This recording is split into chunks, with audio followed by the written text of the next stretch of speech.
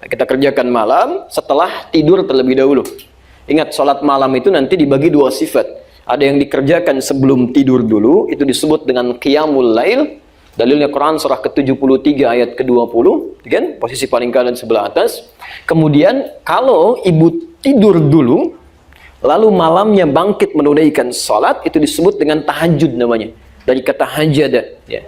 Hajada itu asalnya berbaring. Ya, berbaring kemudian bangkit. Dalilnya Quran surah ke-17 ayat 79 sampai 81. Nah, saya berikan contoh. Orang yang ingin tahajud malamnya, ya, itu adab Qurannya, ketentuan pertama, jangan langsung tahajud. Ini nggak mudah. Ya, nggak mudah. Yang paling penting bisa dilakukan sebelum amalan dikerjakan, kata Quran, keluarkan dulu keutamaannya. Kira-kira keistimewaan tahajudnya apa? Kalau ibu mengerjakan tahajud, apa yang didapatkan? Dengan mengeluarkan keistimewaan ini atau keutamaan ibadah ini, kemudian ibu keluarkan, ibu catat, ibu tulis, itu akan jadi motivasi yang kuat bagi kita untuk mengerjakannya. Jadi motivasi gitu kan? Nah, rumus ini, pelan-pelan, rumus ini disebut dalam istilah fikih dengan kata wa'dun. Ya, agak cepat ya, wa'dun.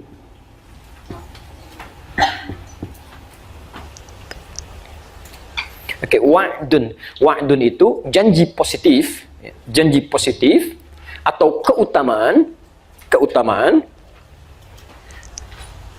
yang Allah siapkan, yang Allah siapkan, sudah keutamaan yang Allah siapkan bagi hambanya yang mengerjakan ibadah tertentu, yang mengerjakan ibadah tertentu. Contoh, ini misal saja ya.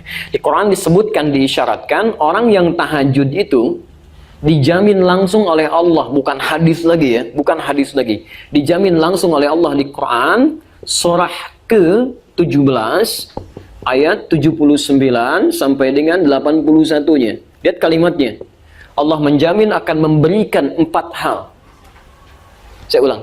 Allah jamin akan memberikan 4 hal pada orang tahajud, pada orang yang tahajud, yang tidak akan pernah ini diberikan pada yang tidak tahajud, sekalipun sholat fardunya khusyuk luar biasa. Ibu sholat misalnya 5 waktu sampai menangis terseduh-seduh, khusyuknya luar biasa, Anda tidak tahajud, Anda nggak dapat yang 4 ini. Ini khusus hanya untuk yang tahajud. Ya. Dan saking pentingnya tahajud ini, yang 4 ini, sampai perintah tahajud itu satu-satunya sholat sunnah yang perintahnya dilekatkan langsung dengan sholat fardu. Ya. Sholat fardu ada berapa rakaat? 17 rakaat, Masya Allah. Berapa waktu? 5 kan dalam sehari. 17 rakaat di surah ke-17. Ayat 78-nya. Ayat 78 itu perintah salat fardu. Aqimis salata liduluki syamsi ila ghasaqil laili wa qur'an al-fajr. Ada? Posisi sebelah kiri ke atas sedikit. Inna qur'an al-fajr kana mashhudan. Itu dari mulai zuhur sampai ke subuhnya. Setelah itu, ternyata salat sunnah pertama disebutkan di Quran, diisyaratkan, itu bukan rawatib. Bukan yang rawatib 12 rakaat. Atau kalau zuhurnya enggak 4 bisa jadi 2, kan? 10 rakaat. Ya maksimal 12. Kemudian bukan salat duha, bukan salat syuruk, tapi salat tahajud. Ayat 79-nya. Wa minal laili fatahajjad bihi. Dan di antara sebagian malam, gak usah semuanya. Kamu istirahat silahkan, kan? Istirahat dengan baik, dan usahakan malam bangun ambil sebagiannya. Ya. Masya Allah, sebanyak apa sih butuh untuk memenuhi kebutuhan dunia? Udah siangnya sibuk, malamnya juga dunia juga. Kapan untuk akhiratnya? Katanya pengen masuk surga, kan? Maka disinilah kemudian dimintakan, kata Allah gak usah semuanya, sebagian aja yang bisa kamu hadirkan. Fatahajjad bihi, tunaikan tahajud nafilah. Ini hanya nafilah, tambahan saja, sunnah. Ya. Kalau kamu bisa kerjakan, kami berikan kemuliaan. Kalau tidak, kamu tidak berdosa. Tapi kalau bisa dikerjakan, lihat kalimatnya. Asa ayyab'athaka rabbuka maqaman mahmuda. Orang yang mampu menunaikan tahajud, benar tahajudnya, kami jamin, kami akan sukseskan karirnya. Ya, mudahkan pekerjaannya. Ya. Ada kemudahan dalam beraktivitas. Bukan cuma mudah, tapi diangkat ya. Jadi ada makam mahmudah, itu beda Bu. Ya. Kalau makam itu pijakan yang mengangkat derajat. Ya. Misal ada seseorang misalnya mendapatkan kebaikan, promosi jabatan, bisa disebut dengan makam. Tapi belum tentu orang bisa suka dengan itu. Mungkin ada yang iri hati, Ada yang tidak sudi dengan itu. Kok bisa dia ya? Kenapa bukan yang lain? Ada. Tapi kalau seseorang terangkat naik dan orang semua paham memang dia yang pantas, dia yang layak, dia yang baik, maka makamnya ditambah dengan kalimat mahmudah, maqaman mahmudah. Ya.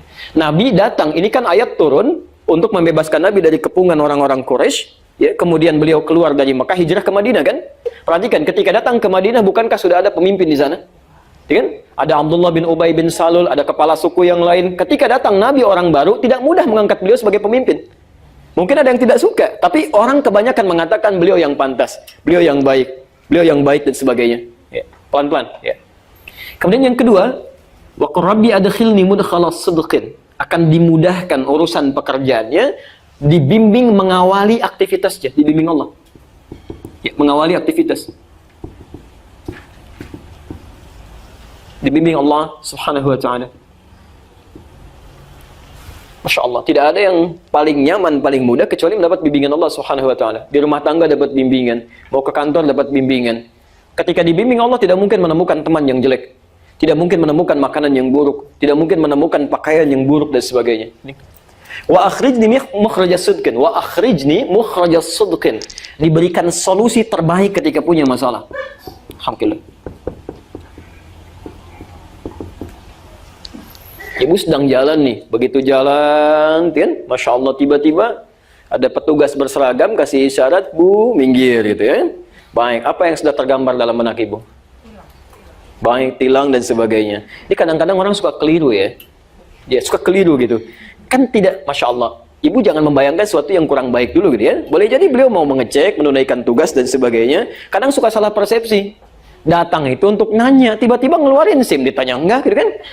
Atau yang salah kaprah mengeluarkan uang misalnya, kan nggak diminta, kenapa dikeluarin? Ya. Saya pernah mau isi khutbah di daerah Kuningan, Mega Kuningan. Kami duduk di depan, saya sudah gunakan jas, samping kami teman di jamaah, ya beliau sudah agak sedikit sepuh yang bawa mobilnya. Qadarullah dihentikan oleh polisi. Ya, begitu mau sedikit masuk, diminta minggir. Minggir Pak katanya. Ya begitu sudah merapat, beliau mau mengeluarkan SIM begini. Ya, si polisinya mengatakan mau kemana B, kan? Beliau senyum, melirik kepada kami. Saya kemudian langsung saya jawab, mau Jumatan Pak. Ya. Saya khutbah gitu. Oh sudah langsung aja, langsung aja. Lalu saya katakan kepada teman kami tadi, Pak, pertanyaannya kan mau kemana, bukan minta SIM. Ya. Jadi kadang-kadang kita keliru dalam bersikap karena menjawab tidak sesuai dengan pertanyaan. Ya. Ibu bisa pahami nggak? Anak kita sekolah ada pertanyaan, dijawab tidak sesuai dengan kadar pertanyaannya, salah kan? Kadang-kadang polisi belum nanya, sudah dikasih macam-macam, ya salah gitu. Ya, banyak orang baik, Bu. Banyak orang baik di kepolisian tuh. Kalau saya ke Mabes atau ke Polda itu, Masya Allah, gitu ya, orang sudah merapat ke masjid, banyak yang berdoa dan sebagainya. Tidak semua buruk. Kadang-kadang yang masuk ke setannya bukan petugasnya. Manusianya juga yang salah gitu. Jelas ya? Baik, ini bagian yang pertama. Ya. Jadi kalau kita sering mendekat kepada Allah, kasih solusi. Ya. Gak harus ada biaya kok. Gak harus banyak tenaga. Ya. Pelan-pelan. Yang terakhir, waj'alni min ladunka sultanan nasira. Kalau diganggu dalam hidupnya, Masya Allah. Kadang-kadang ada orang ingin menyingkirkan, menyungkurkan, menyudutkan macam-macam, kan? Orang yang rajin tahajud, perhatikan, akan langsung ditolong oleh Allah tanpa perantara. Ya. Tanpa perantara.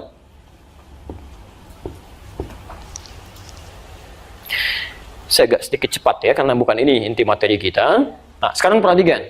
Rumusnya, kalau ibu ingin menunaikan tahajud, isyarat-isyarat di fikihnya harusnya, sebelum dikerjakan tahajudnya, ini 4 ini keluarkan dulu, Bu. Bu tulis, tempelkan di samping dinding tempat kita tidur itu. Begitu Anda mulai miring ke kanan dan melihat tulisan ini, nggak punya rencana atau tidak terfikirkan tahajud pun, ibu malam bisa bangun. Bisa bangun, kan? Ya. Coba apalagi ibu tambahkan tulisan, kamu kan kesulitan, dikasih solusi, kenapa nggak mau dikerjain?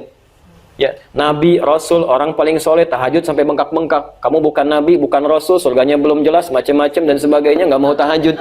Terus nuntut lagi pengen cepat selesai masalah. Ya bangun, kan? Tuliskan. Ya. Di sini ibu bisa bangun, karena ada motivasi. Ya, mulai persiapan, susun alarm sampai 3 kan? Alarm pertama, mematikan alarm kedua siap-siap dan seterusnya. Oke.